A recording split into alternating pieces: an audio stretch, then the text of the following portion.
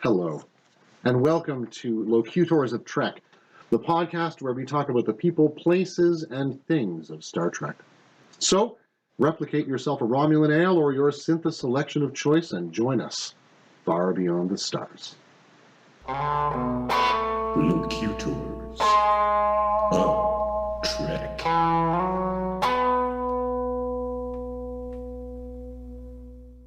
Program initiated. Enter when ready. Hello, welcome back to Locutors of Trek. We are taking the last word in our name seriously, really seriously this week. It's all about trekking. We're trekking. We're talking about transportation this week, from here to there and back again. Now, mostly, when we think about Star Trek and transportation, we think about a couple of things: transporters and warp drives. But there's impulse drive, there are solar sails, wormholes. There are any number of ways of getting from here to there, and sometimes even back again. Imagination. My craft is powered by it. It's an endless supply. Indeed. Just like my hot air. You gotta break orbit somehow. That's true. Hot gas helps.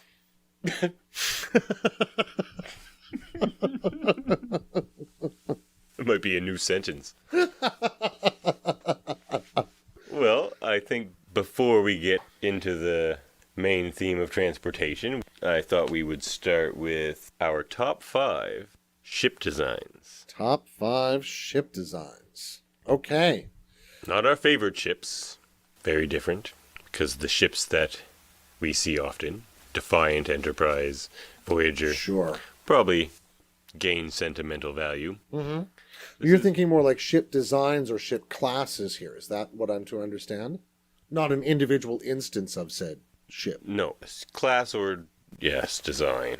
Whether Sure. it be aesthetics, functionality, Mm-hmm. whatever you think. Okay. Do you want Alright. to start us off? I definitely can. Going from 5 to 1. As we all know, I'm a master of lists. We like an ascending order on this show. Okay. Be prepared to be astounded. Number 5 Number 5. is those lovely Vulcan cruisers from Enterprise with the warp ring that goes around them, and oh man, they are gorgeous starships. They remind me of... Well, I might as well just interrupt you for a second.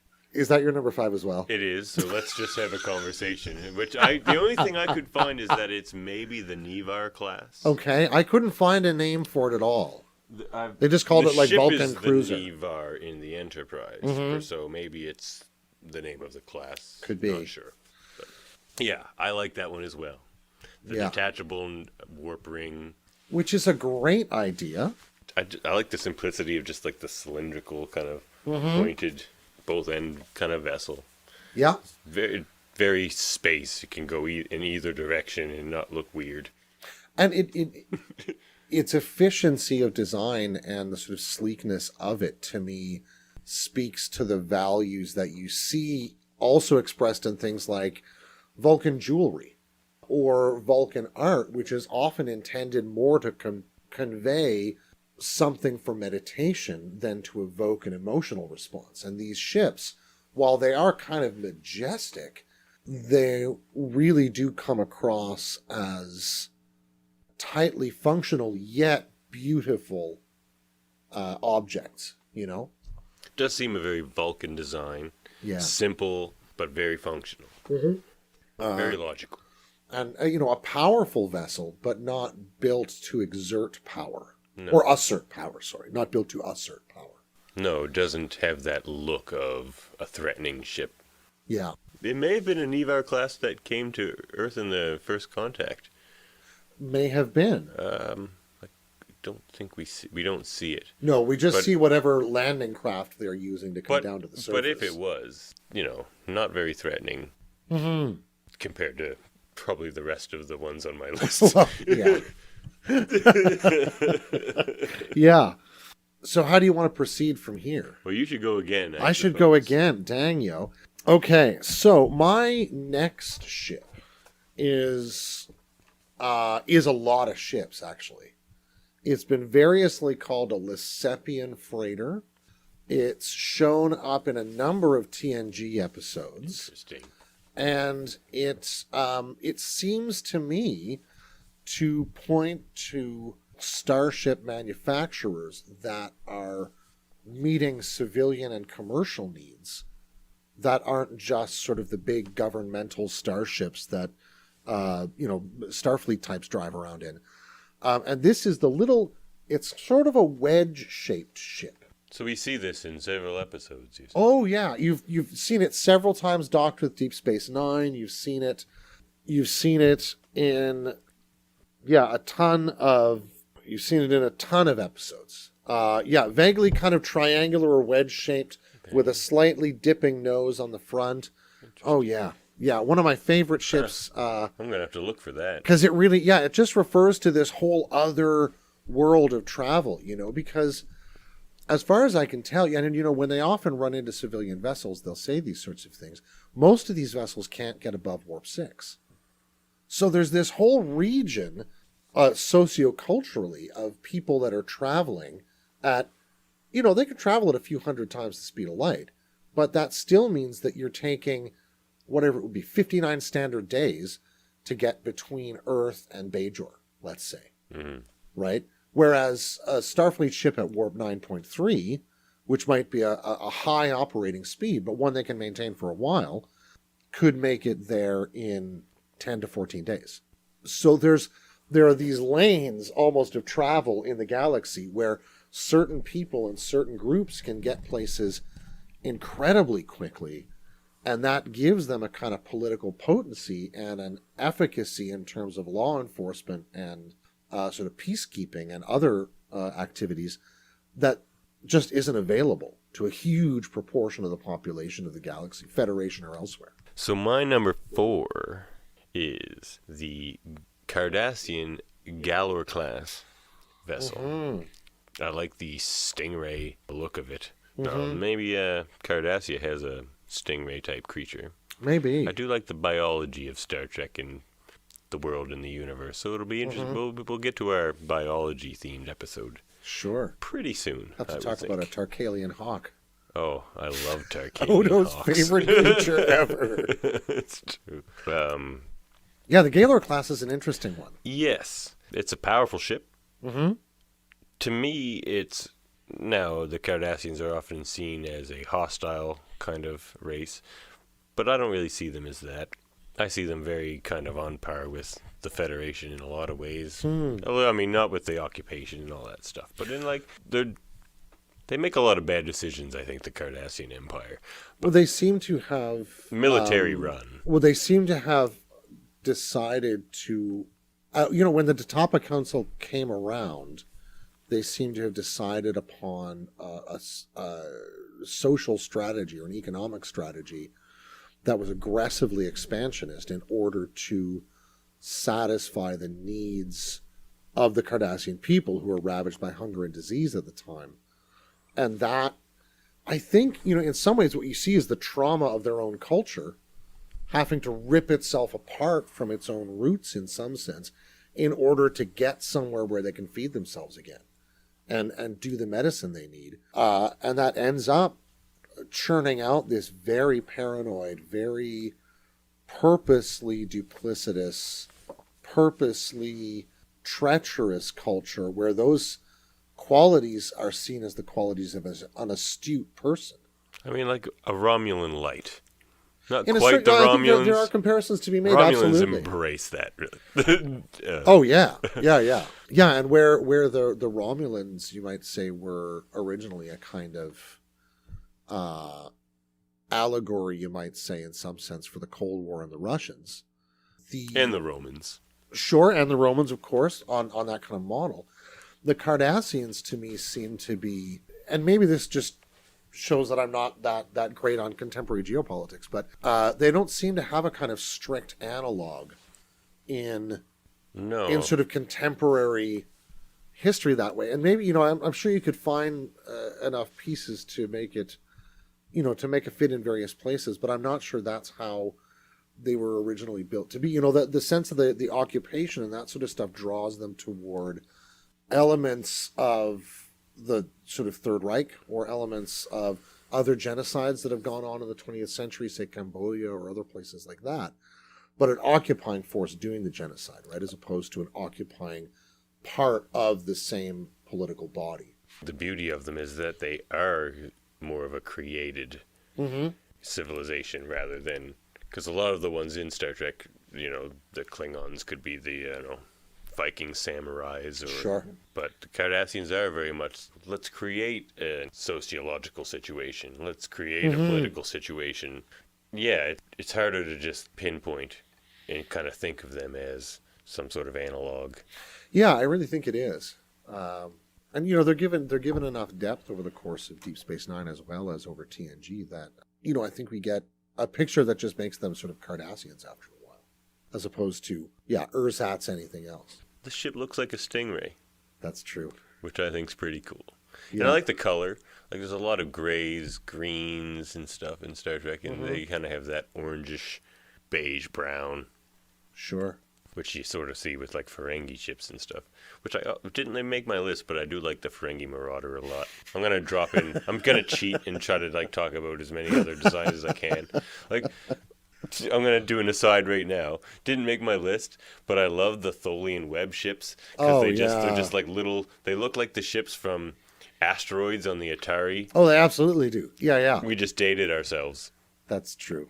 Great game, and they're just little game. triangles. That's all you really need. Yeah, just blow up rocks. Like, if little I had triangle. a shuttle, it would just be a Tholian. Anyway, didn't make my list. I'm cheating.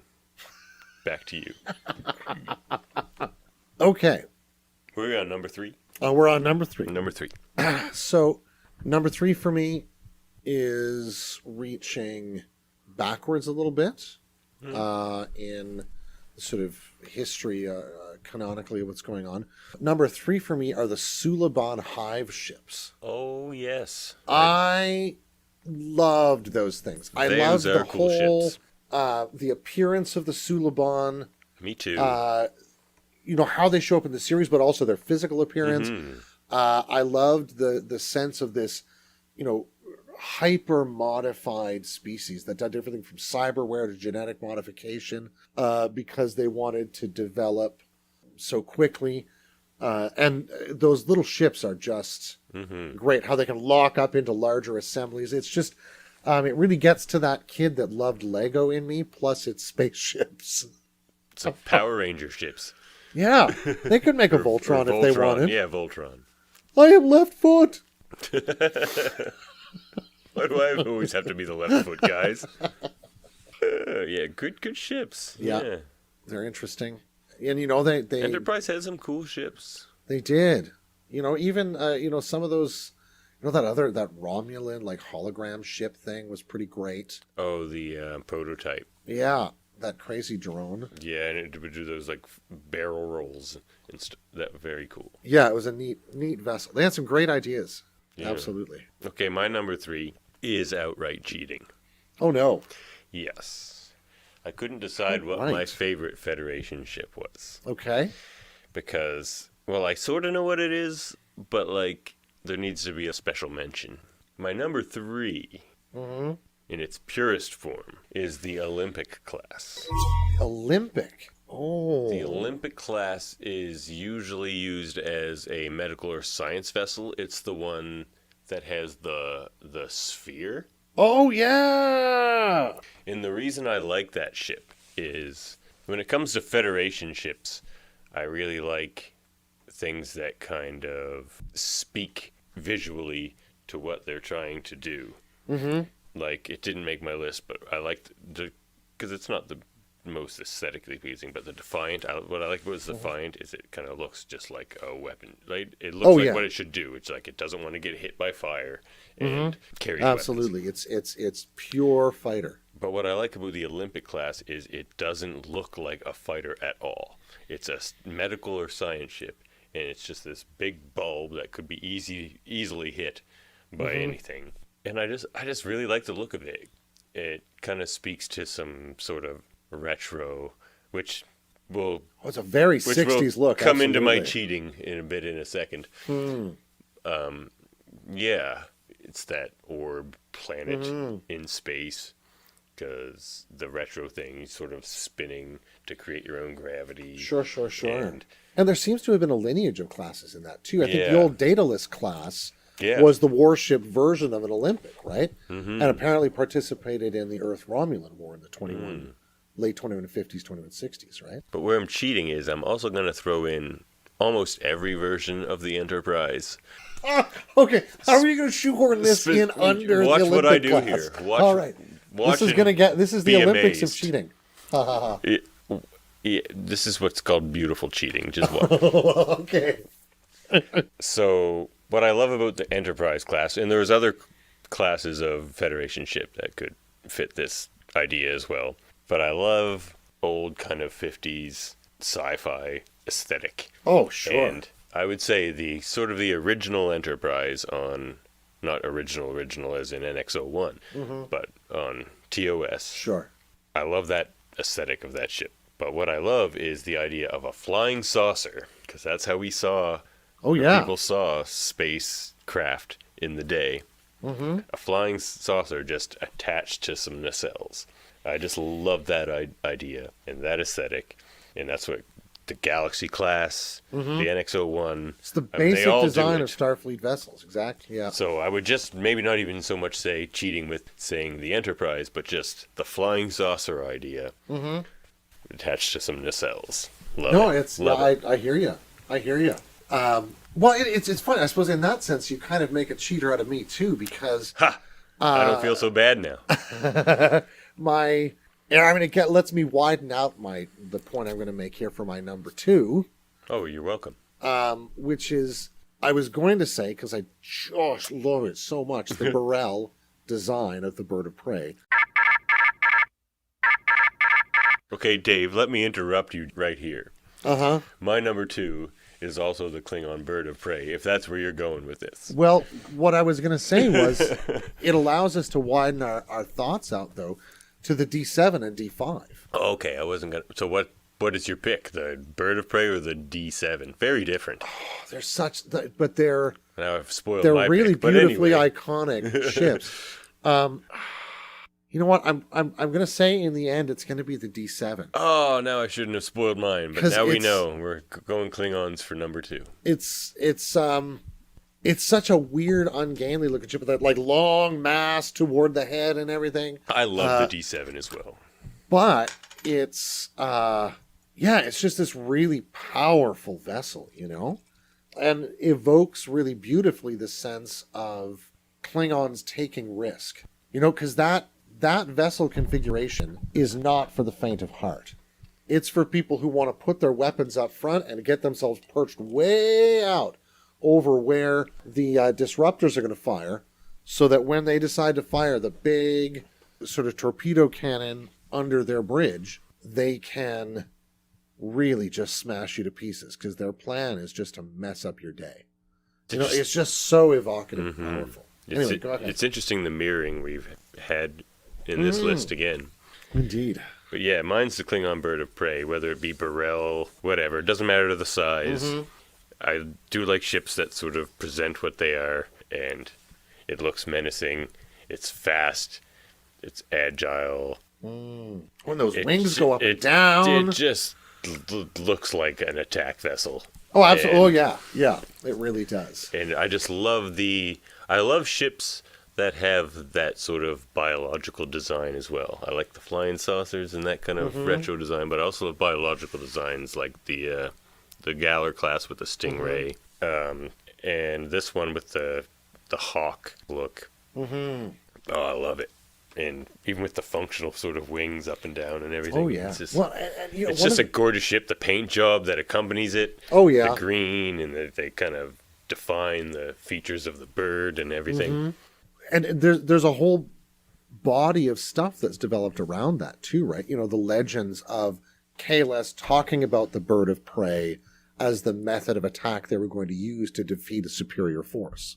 It's I love the depth that they can give to kind of flesh something out like that, right? And once you've got a great iconic design like that, you can paint in a world around it. So number 2, we love Klingon ships. I guess that's what we're saying. Pretty much, yeah. Negvar class we didn't bring up. Oh, You yeah. know, our old band. Yeah. Warchaw and the Yeah, Negbars. Warchaws and the Nagbars. Yep. And then those, again, I think are, in a certain sense, a kind of mediation between the two designs. Yeah. Because they're more structured Agreed. design in one sense than the Burrell, but they're a much meatier and short-necked ship than a D7 or a D5 would be. And the most intimidating of them all, kind of, in the look. Oh, yeah. Which is why it's the one that the Emperor, Oh, the Chancellor. The Oh, yeah, with Chancellor. those mandibles coming out the front of it and everything. Oh, yeah. It really looks like it's out to get you. Dave, you're number one. My number one ship design of all time is a ship we see on screen for 1.5 seconds. Good Lord. What is it? And it's destroyed when we do it. NCC 65491 was the ship we were seeing. The USS Kyushu. The Kyushu. Named as Admiral the Enterprise. 359. Exactly. My favorite ship my. class, my favorite exemplar of that class. What does the Kyushu look like, Dave? The Kyushu looks like, so if you took a Galaxy-style saucer section, Galaxy-style engineering section, but the warp nacelles come off the join between the saucer and the engineering section laterally backward to where they would be positioned like on a Galaxy class, but so they're attaching much closer to the saucer section. And this would be a ship that's about just a little or maybe 3/5 the size of a Galaxy in length, about 18 decks. But its other really salient feature is that two things I'll mention, I guess. First one is, three. They never expect the Spanish Inquisition. So first one is that design-wise, it features 3 exterior pods that can be attached. 2 at the back of the saucer section on each side of the main shuttle bay, and 1 under the bottom of the ventral engineering hull. These were often, especially because the ship design was in heavy rotation in the Cardassian border wars, they were often used as extra torpedo launching stations. So this little ship with Galaxy-sized impulse engines would come into battle with, these 3 extra torpedo fore and aft tubes that would have, 25, 40 torpedoes apiece in them. And just be sort of running gunboats through battles. Now, they could be replaced with science pods, colony starter pods, tractor pods for towing things, all sorts of crazy stuff, medical pods. So the ship was very versatile. It's designated as a light cruiser. And so that brings me to the second cool thing about it. Second cool thing is that it's the sort of first in the design lineage that culminates in the Galaxy class. So it would have been these ships, New Orleans class, originating a lot of these newer sort of elliptical saucer sections and those smoother lines and different warp field geometry and all that stuff, moving then into the Nebula class and then being finalized and brought to its sort of full power fruition in the Galaxy classes.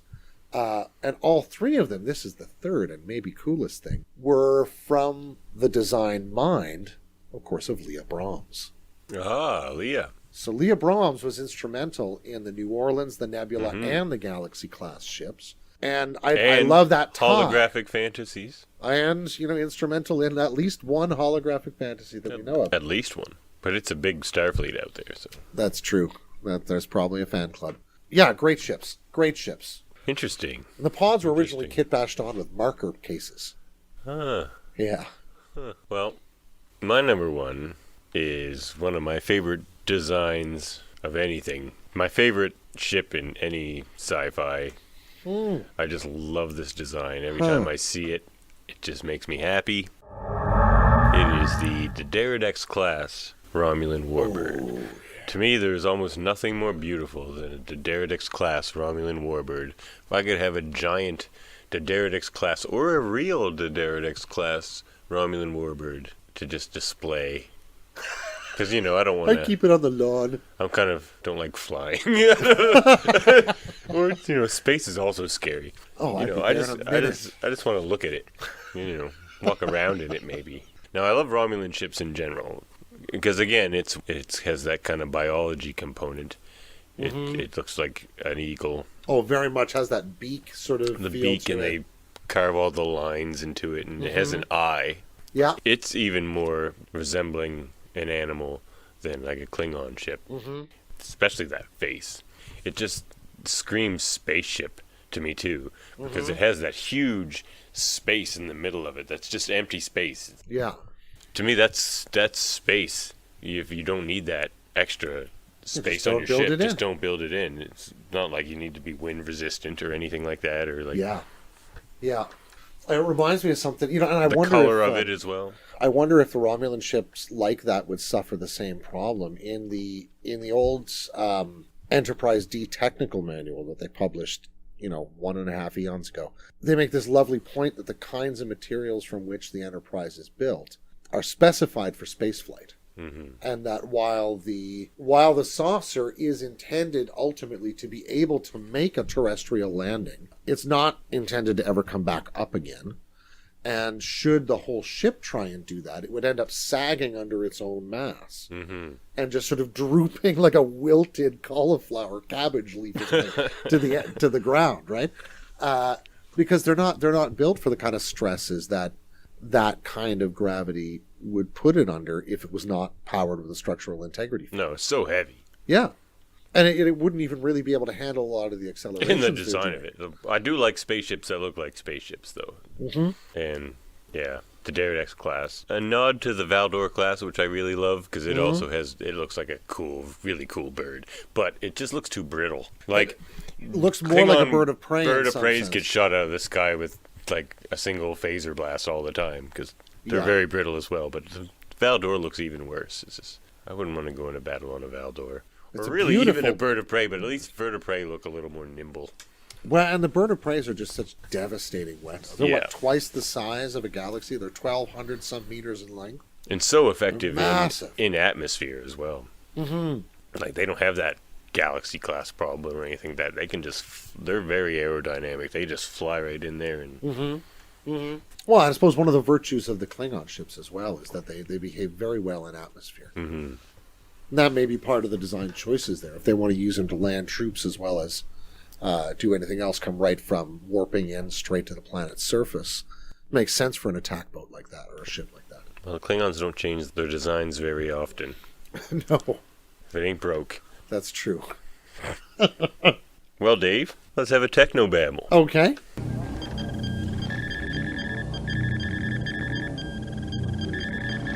This technobabble, I thought we could talk about the physics of interstellar travel. Yay.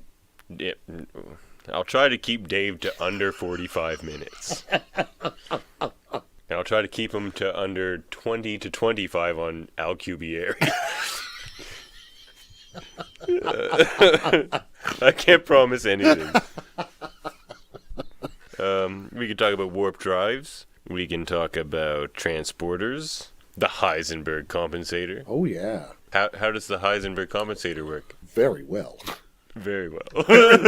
Indeed. That's all we need to say about the Heisenberg compensator. Oh, yeah. There really is nothing more to say about It works very well. Is your refrigerator running? No. So you want to start with warp, or do you want to start with something else? Alphabetical. Let's start with Alcubierre and Okay. and go. So in what would it be? 98, I think. A guy named Miguel Alcubierre, who was working at a university in the States at the time, I believe, went to a physics conference and read a paper proposing the mathematics for how to actually warp space-time such that you could achieve a warp-like effect as in Star Trek. He was a big Star Trek fan himself and wanted to... Well, clearly his favorite character maybe is Ephraim Cochrane, or at least I think it should be one of his favorites, I hope anyway. At least symbolically. Indeed. Miguel Alcubierre, if you'd ever like to be a guest on this program and tell us more about warp drive, please. Anytime. You're welcome. In fact, I won't even show up. I'll let you and Dave just go to it. It's the 9-hour supplemental episode Yeah. you've all been waiting for.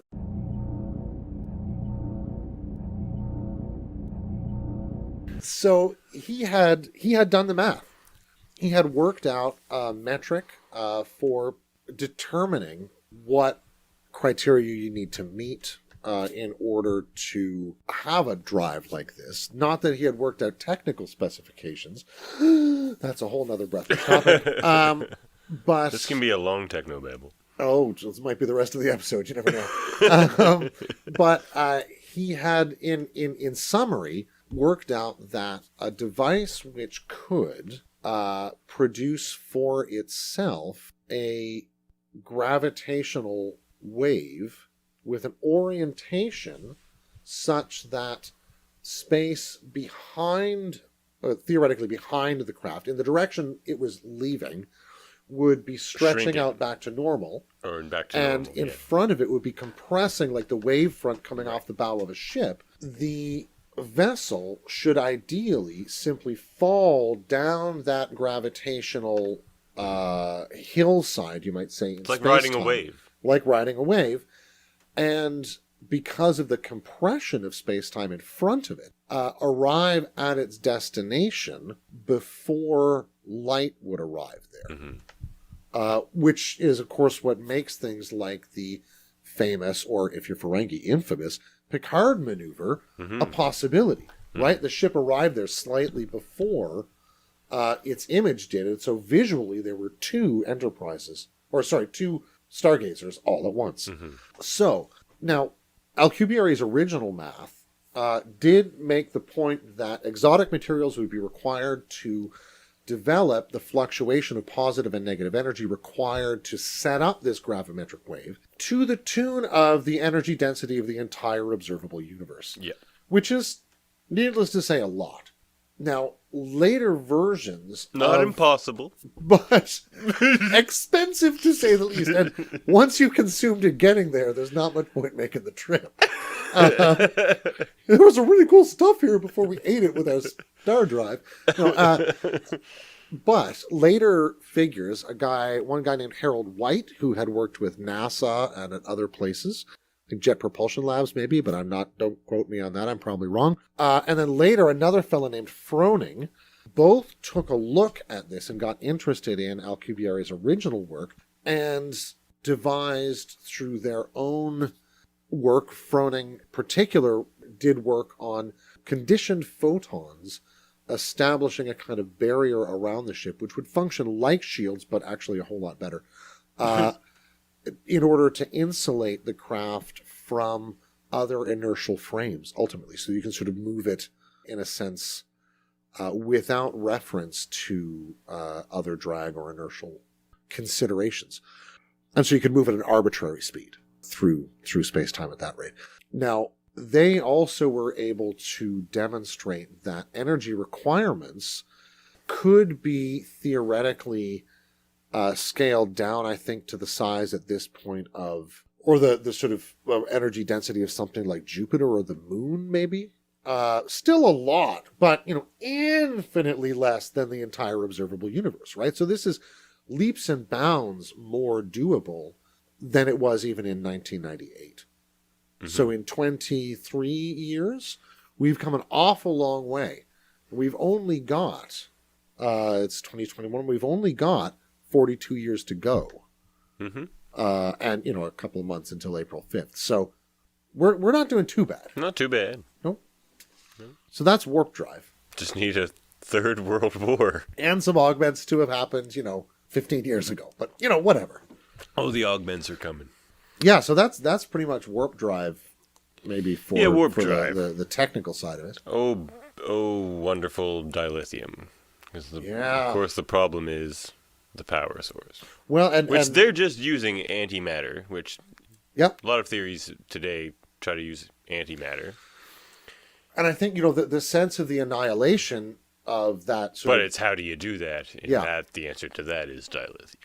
And that's certainly been the Star Trek answer to that. Yeah. I don't know whether dilithium actually does that, because there are dilithium crystals on this planet.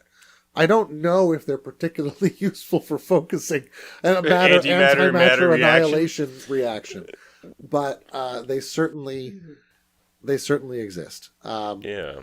But the sense of being able to harness that pure explosion of energy, Plus being able to create antimatter. sure, and which is more energetic than even a fusion reaction, right? Is one of the ways in which these folks are developing. Star Trek people, I guess I'm saying, are these folks, are able to develop the kinds of energies required to travel at warp speeds, because they are requiring vast amounts of energy, such that their impulse engines run on dedicated fusion reactors that just do that.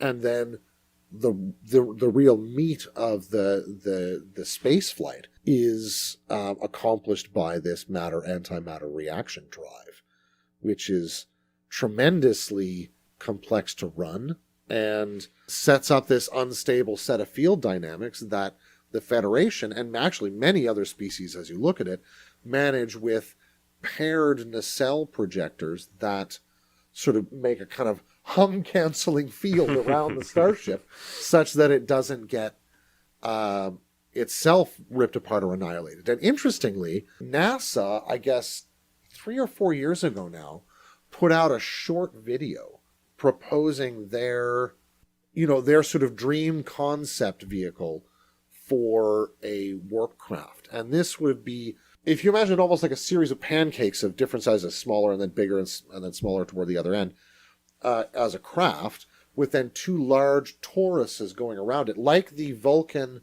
warp rings. Mm-hmm. That's the craft they were looking at. And they were thinking that the torus at the front and at the rear of the craft would help balance the field around it so it wouldn't be annihilated or stretched in all sorts of bizarre ways as it was moving through space, right? So again, there's a real-world application of that dual emitter logic that Star Trek's working with. Without warp, the only other way to get such a distance is transporting. Mm-hmm. Which, of course, you need warp first, because you have to set up the transporter on the other end. So, inevitably, you need warp. Yes. But if we want to kind of transition out of technobabble into our main theme, we could pick that up with the Enterprise episode, Daedalus. Ah. So, the Enterprise episode, Daedalus, features Dr. Emery Erickson, who was a friend of Jonathan Archer's father, Henry Archer. Right.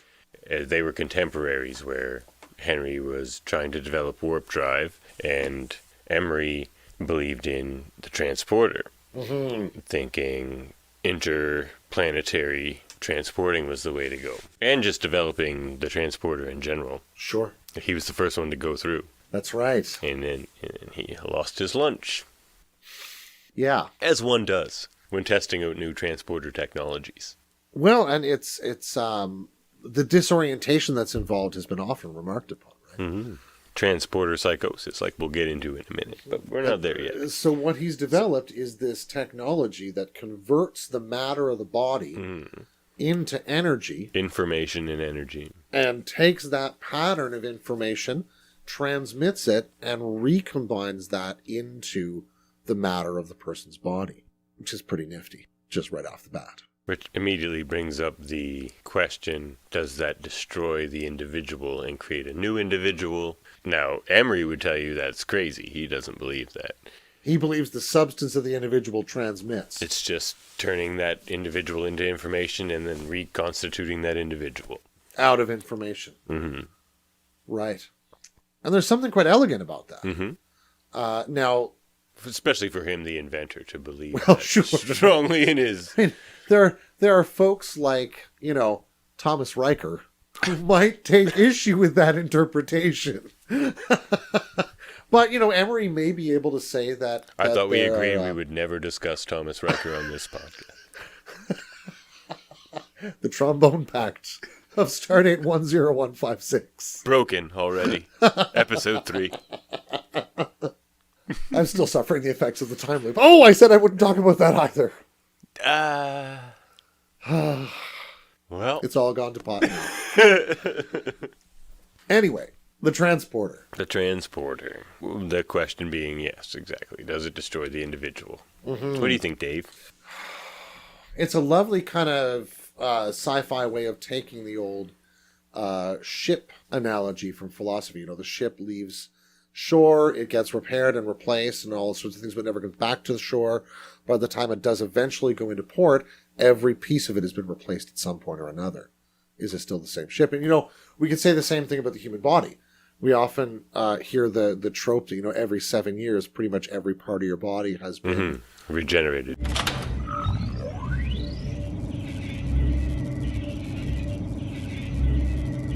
replaced or regenerated.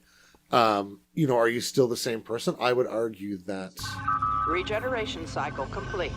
Well, I would argue that the question itself asks about a subsistence and a substantiality of person that relies on consciousness as opposed to either matter or energy.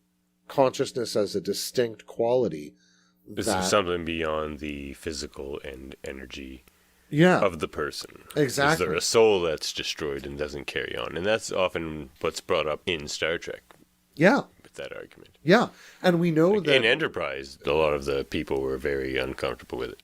Absolutely. Some new technology. On what amount to sort of psychospiritual grounds, right? Yes. What will I abide? Will I be the same thing I am now and understand and feel myself to be the same when I've been recombined? In contrast to in TNG era where Geordi is telling Reg that transporting is just the safest way to travel. Yeah, absolutely. And, you know, Reg, of course, finds out it absolutely is not the 100% safest way to travel. In the episode Realm of Fear. Yes. Yeah. A great body horror episode of Star Trek. Yeah. Where he's talking about just that, where Reg is questioning, because Reg is a really smart guy. He's questioning the transporter on the fundamental level. Mm-hmm. Where he's just like, I don't know that is me necessarily coming through on the other end. And what about transporter psychosis? Like, what if one neuron is off in your brain on the other end?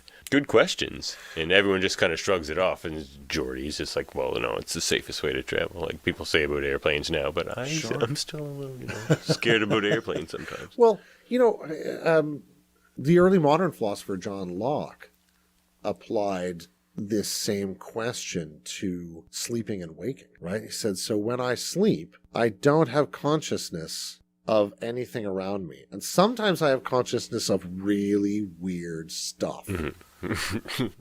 But I don't remember it once I wake up. Mm-hmm. Where am I during those times when I'm asleep? And am I a continuous person, even though there are, say 6 or 4 or 10 hours during which I'm completely unconscious and not really kind of there? How do I abide if I'm punctuated at points in time? Mm-hmm. Although it does bring up a nifty point about travel. I think visually to see a ship using a bubble of sort of its own personal inertia or warp bubble around it, moving at a relatively slow rate through atmosphere, would look like you'd see it and not see it, and it would just blip through. Mm-hmm. Because it's moving across the peaks of bent space, mm-hmm. whereas you're seeing it all laid out. You're seeing space. Yeah. I think you would see it appear and reappear and reappear and reappear. Yeah. Like the end of a sphere, of a ball. Like you're just seeing the part of the ball you might that even touches only the see ground. Parts or moments of it. Of the ship. Yeah. Maybe we've just explained all UFO footage right there. God, we're getting a lot of work done here. Talk about hot takes. We're getting the real hot takes. Episode That's right. 3. Here we are. Here we are. We're getting tetchy. Well, and that brings up the interesting thing about warp travel, which is the bending of space, mm-hmm. and what effect that would have. Now, we know Starfleet has that regulation where you're not supposed to engage warp within a solar system. You have to get a certain distance away. Sure. Because you're supposed to get a certain number of diameters. What happens to the space on the periphery of the space you're bending? Like Sure. And that comes up in in water. And that's a great question, because in some cases we know that space-time is bent, say, by large masses, right? So Earth, for instance, or the sun or whatever, or even really big masses like big stars. But the sense in which one of these ships would vary in a highly local sense, a 600 or 800 meter bubble, say, around the Enterprise D. So just under a kilometer of sort of length, or, whoever knows how many thousand cubic meters in there, would be almost in a sense isolated from the surrounding space. And getting like, now you're testing my limits. Tessipates. I don't even know it in Kelly cams. Anyway. Continue, I'll do the tessipate calculations. Thank you. I'm glad for your 2 semesters on Ferenginar now. So, when they're moving like that, I think being close to that would be disastrous for you, because I can only assume that the shields at that speed are doing just what somebody like, I think it's Froning, would argue, that they'll just simply deflect normal matter away as a matter of course. And it's only things like highly energetic particle beams or that sort of stuff that would even begin to affect you at warp speeds. Because the warp bubble itself would be, in one sense, stronger than the shields, even though it could be destabilized more easily. 2.75 tessipate. To what? The warp bubble over the... Oh, which 600 meters would be about 2.75 2.75 tessipate. Wow. Well, you learn something every day. Tessipate. Tessipate's a pretty big measurement. Farmland and whatnot. That's true. I suppose that's true. All the way to the river. Yeah, but we know that this stresses the fabric of space-time as well, though, right? The sort of kind of pushing things through it, like bugs bunnying through the ground. Sort of through space-time. Well, leaves ripple effects and stresses its fabric. Well, the TNG episode "Force of Nature." Thank you. Brings that up. Yeah. And, of course, the title Force of Nature is also talking about the guest character who eventually commits her entire life, her life itself, to her cause. And her brother comments on how she's a force of nature. Yeah. Great character. Geez, that character could have came up in our best one-off characters. characters. Oh, that's true. The other episode. That's true. Another great character. We're going to have to do more of those lists. That list is going to come up again. A lot of our things will repeat. Part 2, Part 3, Part N. Certain themes may repeat. Some themes are pretty big, and we'll come back to those. Yeah. But that episode is a bit of an analogy to environmental damage on Earth. Sure. Pollution and... Yeah, the way that the entire system is affected. Carbon emissions and things like that. Yeah, by what looks like a pretty incidental thing in some cases, right? But this, now I don't remember that character's name. Tragic. But she's on the Enterprise to try to convince them that warp travel, especially at very high warp speeds, is in fact incredibly damaging to space, but especially on a regional level, which kind of speaks to things like rainforests and coral reefs. Yeah, their area of space was particularly fragile. So, as it is with any kind of ecosystem, or planetary system, or solar system. Sure. Which, when you get to looking at our solar system and the heliopause and all the stuff around it, it looks more and more like a single-celled organism all the time in some ways, right? Everything's just scaled up or scaled down. Yeah, indeed. And, Picard, especially Geordi, are very resistant to this. Because they've committed their life to the idea of warp travel and traveling to the stars. Yeah, both in their own ways. Yeah. In their own ways. But especially Geordi, he's so defensive because he's on more of the technology level. He's just like, whoa. He just loves those warp engines. Absolutely. That hum, it's a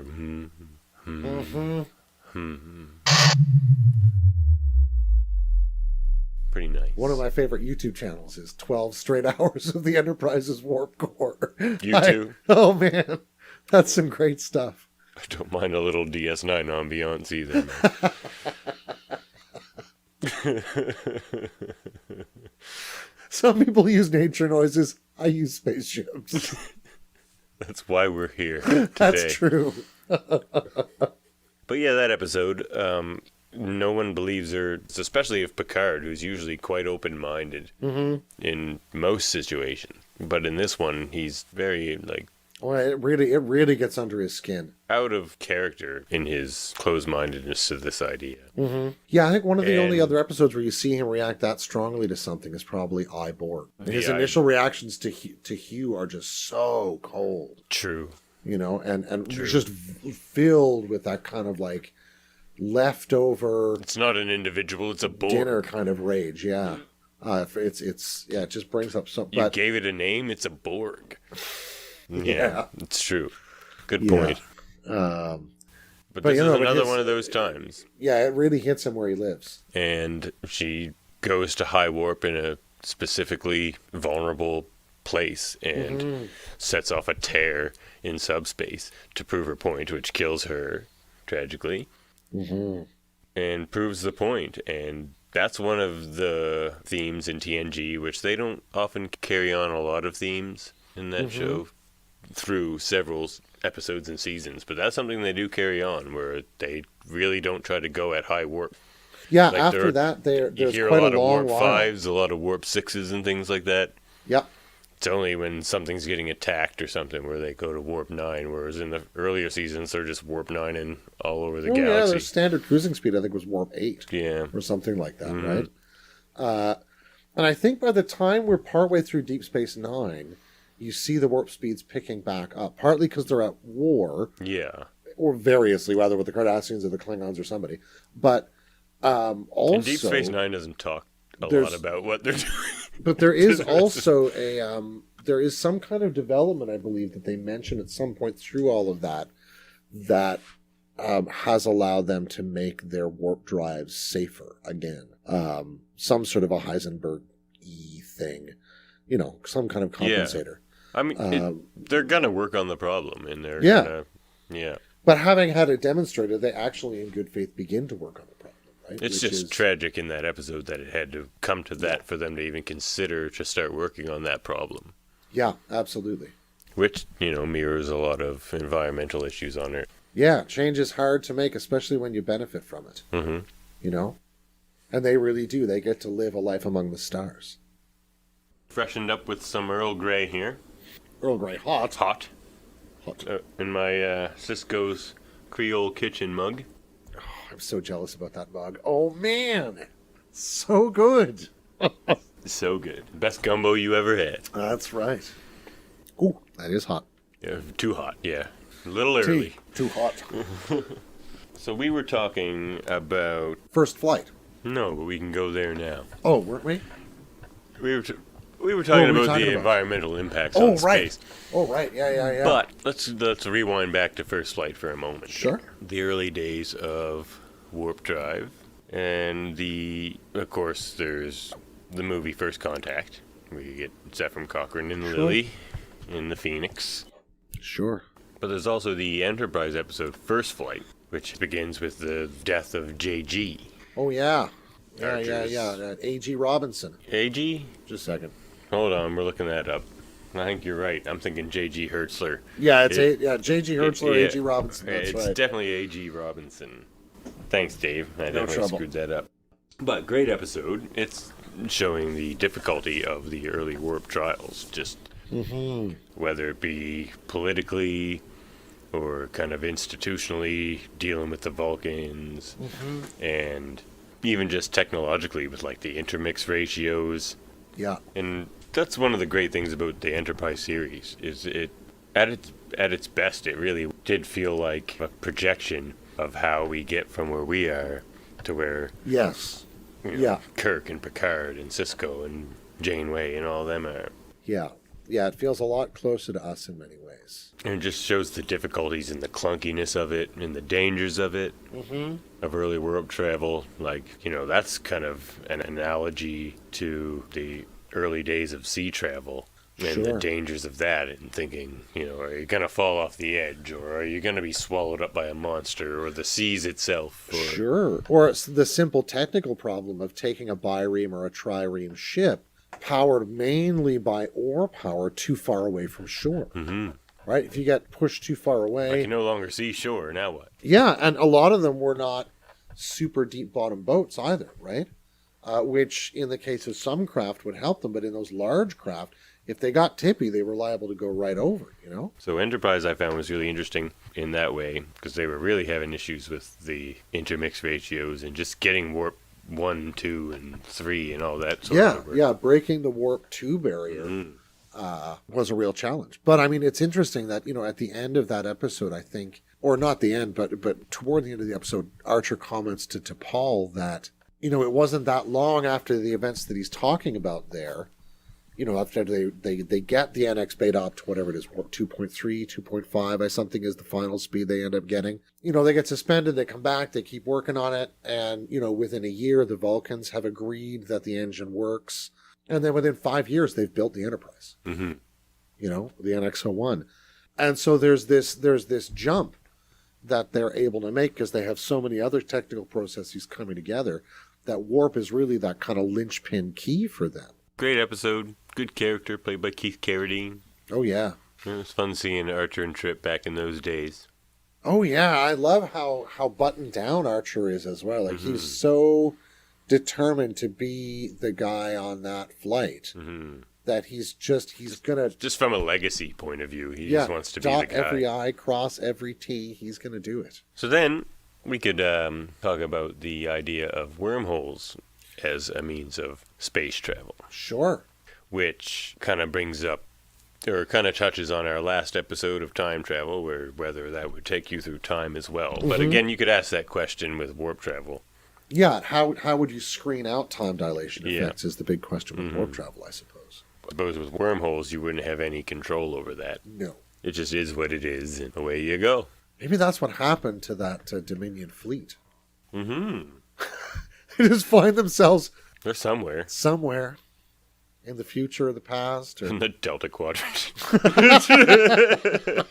Attacking a caretaker array. Just vigorously harming everything in sight till they run out of Ketracel light. And they turn on each other, and then that's the end of it. So, you know, at least it doesn't last long. That's true.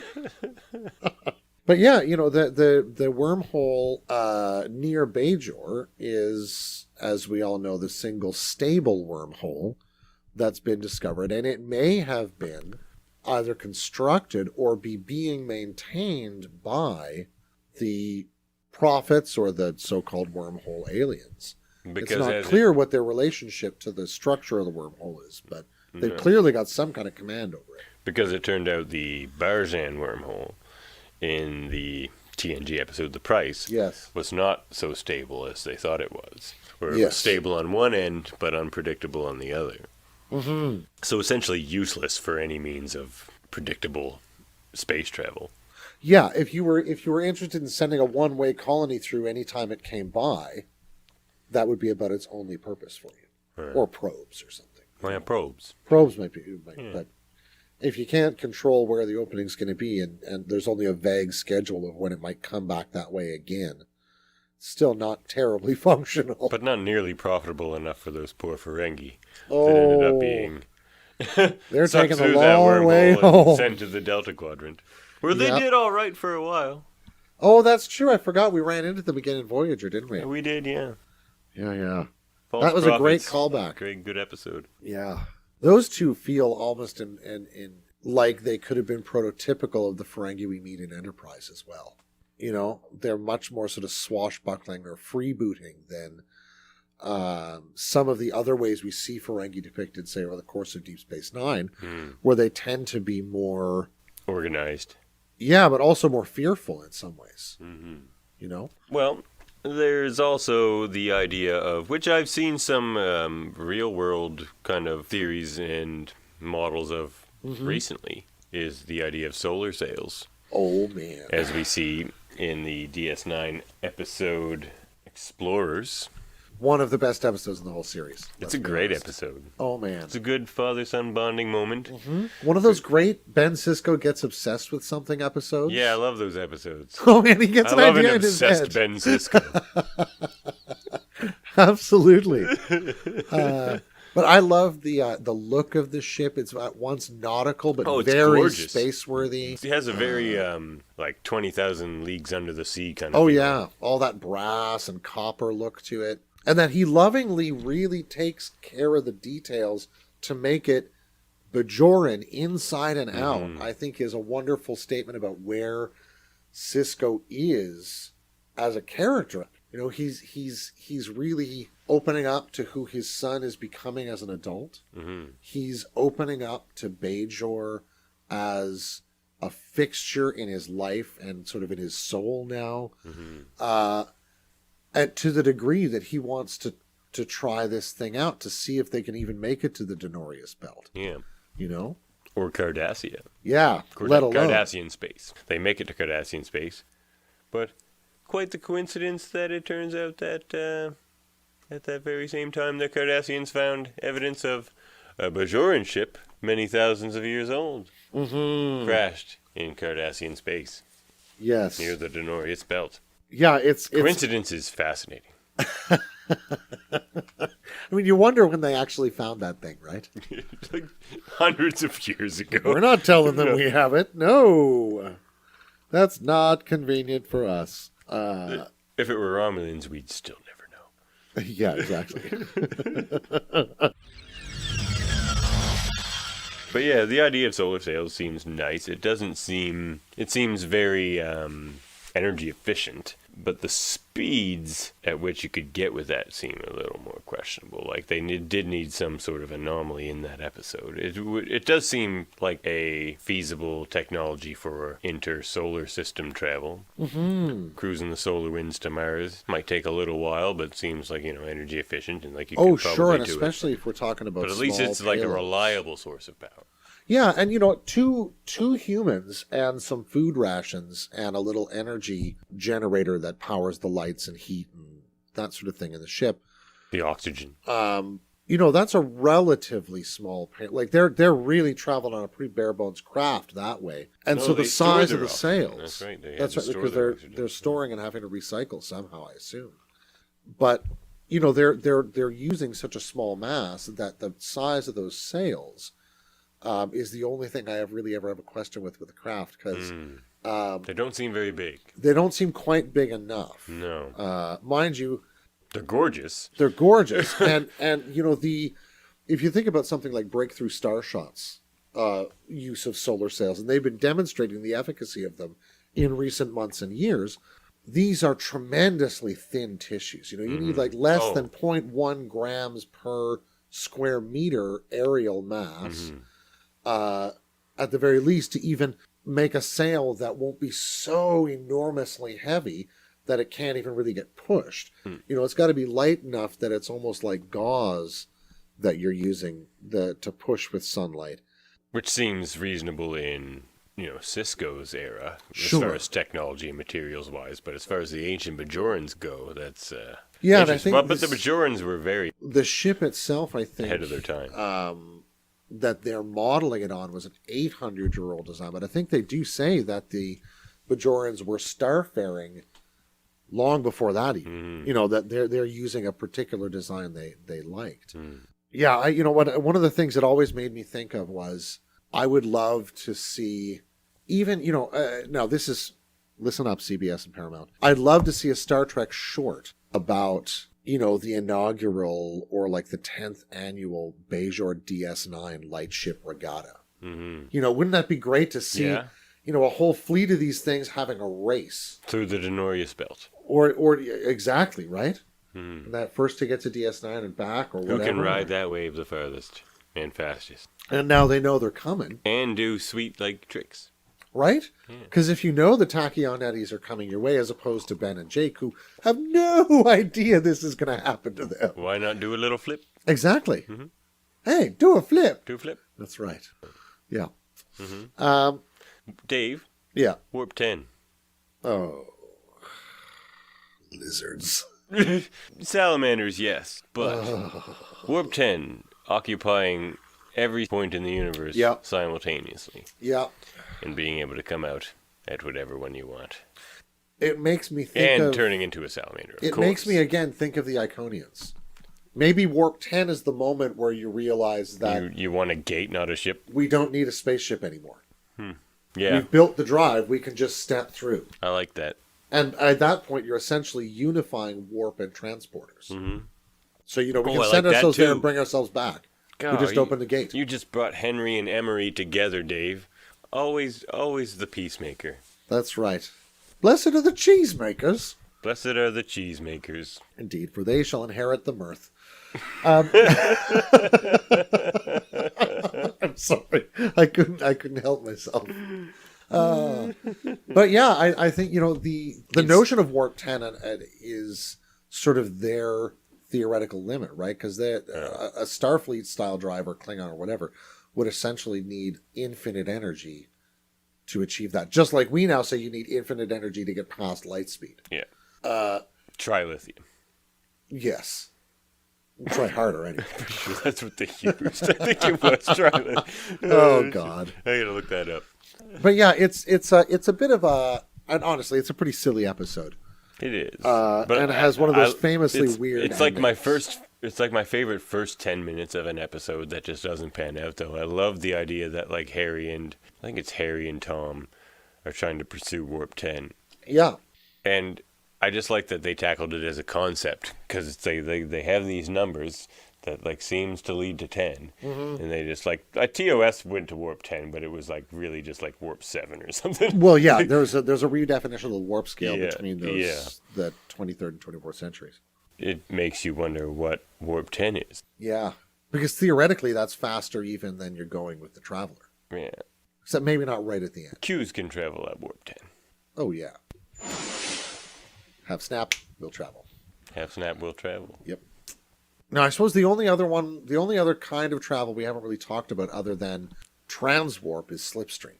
Slipstream and transwarp. Mm-hmm. And there's a third. Oh, what have I missed? Well, let's talk about transwarp or slipstream. Gonna keep me in suspense. So now, transwarp, I think, is first unveiled in the TNG episodes The Descent, I think, which is the second reappearance of Hugh. Yeah. And Lore together. Well, one of Lore's many appearances. Lore, what is it good for? Absolutely nothing. Thank you for not making me finish. Got your back. Yeah, so the transwarp conduits seem to allow speeds that are theoretically, well, they're not faster than warp 10, but they're sort of warp 9 point a bunch of nines. Yeah, like a whole bunch of nines. Yeah.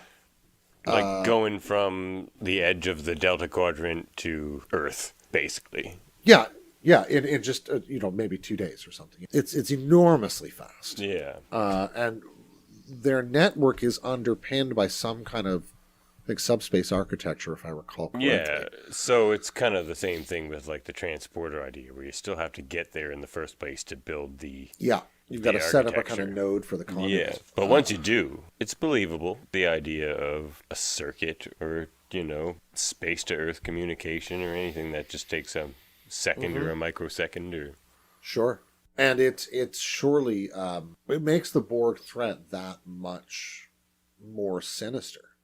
Because they already know a good deal about the Borg by the time they realize, and they have transwarp conduits. Well, great. Well, they noticed that happening. They noticed that the Borg could just show up and somehow elude long-range sensors. Yeah, that's true. Sensors.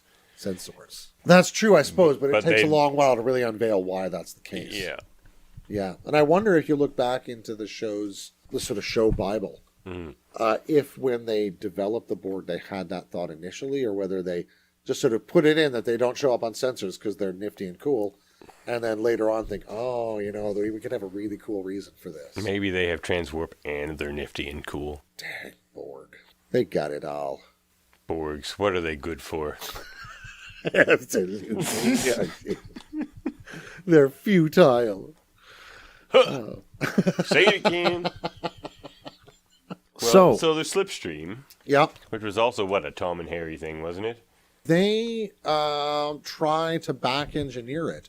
Yeah. From a species they've met that employs slipstream drive. Right. They try to fit it to void. Well, there isn't that species trying to prove it at the time. It's more of like a slingshot type of thing where they're just sort of like throwing. Yes. Like you need to have that initial. You're not so much flying. It's kind of like the Incredible Hulk. He jumps, he doesn't fly. Right. Where you're just being propelled. Like a projectile Yeah. in that sense, yeah. Yeah, you're being shot like an arrow. Which Yeah. If you can be shot like an arrow back to the Alpha Quadrant, cool. Well, and it makes me think that this would be some kind of effect that would work on the underlying warp field to make it almost more slippery through space, almost, right? I know it kind of turns into a bad pun, but like they always say, soap makes water wetter. In this sense, it seemed to me that it enhances or magnifies the warp effect. Seemed like another warp 9.9999999 type scenario. Indeed. Once you get to those high thresholds of warp, that's a lot. Like those Oh, yeah. further decimals of 9 are a lot of space and speed. Oh, yeah, they end up expanding, logarithmically or something like that as you get through those decimal points. So, yeah, they're traveling at unbelievable multiples of the speed of light, if you're going to measure it that way. So the mode of travel you're not thinking about is the mycelial network. Oh, right. Mycelial network. Now, not so much based in our current understanding of science of space, but what I do like about it is it's, again, a biological kind of analogy, and it's reminiscent of fungal and mycelial mats that we see on Earth. Absolutely. That can spread over hundreds of meters unseen under the Earth, which is how they're sort of portrayed unseen in space. And they just sort of travel along that mat as like a nutrient or Just a sort of a moat. or as water would in a mycelial mat. It's a nice idea. In that Now, they're as kind far of- as like making it a prominent mode of travel for like Star Trek series, I don't know about that because it's kind of the Warp 10 thing where you can kind of just pop up anywhere. Kind of Yes. takes a bit of the fun out of it. And when it's just the one ship, for instance, and when Lorca decides to use it to make 76 different jumps really fast to do this attack, To like map out a yeah, there's some really interesting stuff that was you can cool. do with Yeah. that. And the use of sort of Stamets as both Oh, they were trying to find a cloaked ship scientist by like and- doing all those exactly. jumps. and use him as both the sort of the engineer and the engine almost is a lovely treatment as well, right? Because he's got to undergo the movement or the translocation of the ship almost, Yeah, he's just a great character, and he's such a jerk at the start of the series, but And he does ongoing in the series. Sure, but he does slowly get sort of more It's true. open, Yeah. Well, because Good he old doesn't want to mushrooms. be in Starfleet. He's more of the on the science end of like the Federation more so Yeah. than Starfleet. And he's Yeah. kind of like isn't a big fan of drafted Starfleet. into it a bit. Yeah. Well, you see that with characters in other shows too. When you're kind of like coerced into Starfleet a bit, there seems to be some disgruntled feelings that Paging Ensign Rowe. paging Ensign Rowe.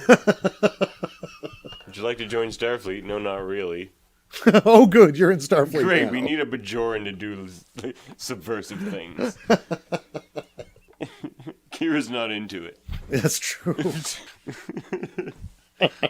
Well, I think we've covered pretty much all of the modes of transportation I can think of. Me too.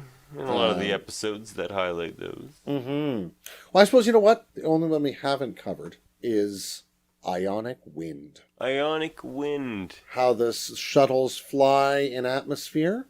How a lot of the floating craft we'd see in Star Trek float in terrestrial spaces.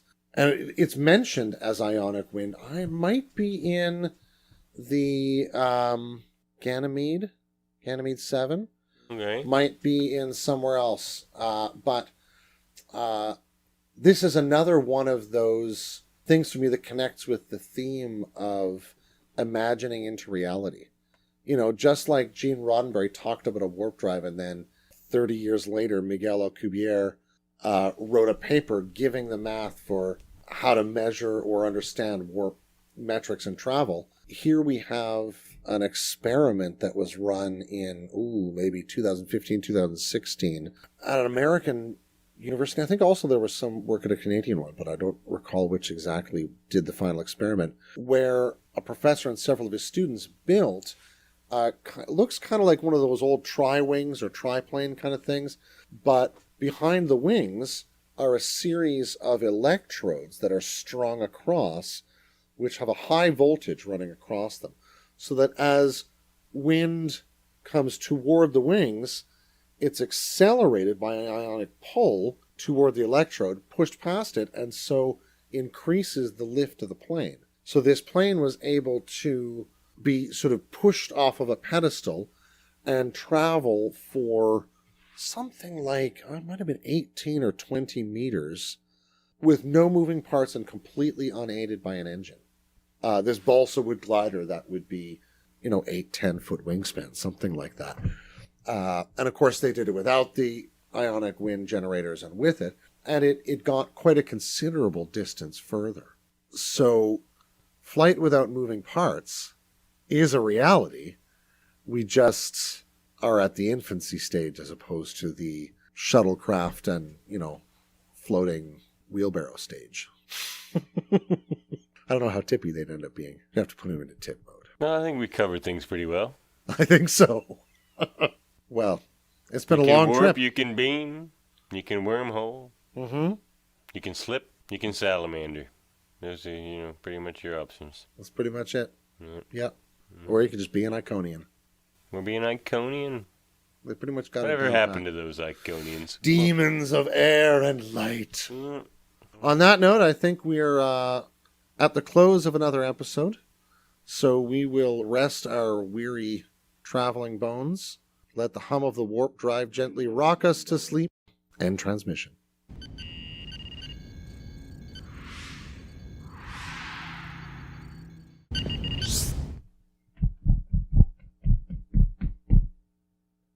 Maybe we should surprise Vic. Do you think he's going to like that? Yeah, Vic loves surprises. Like Frankie Two Eyes surprises? Yes. Okay. Let's try it anyway. What can go wrong? 1, 2, 1, 2, 3.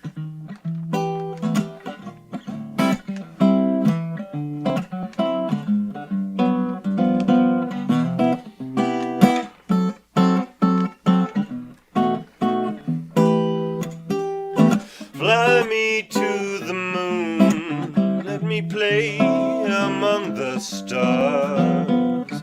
Let me see what spring is like on Jupiter and Mars. In other words, hold my hand.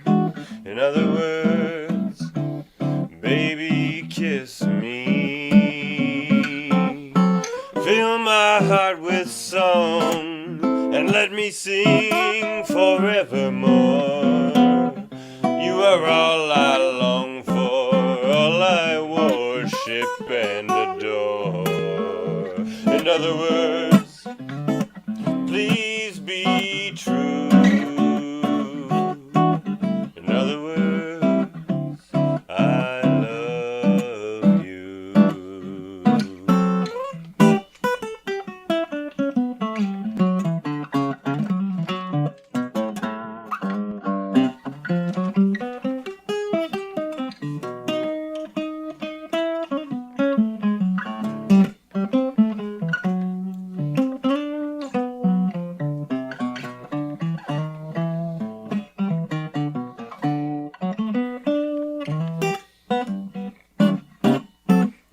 Fill my heart with song, let me sing forevermore.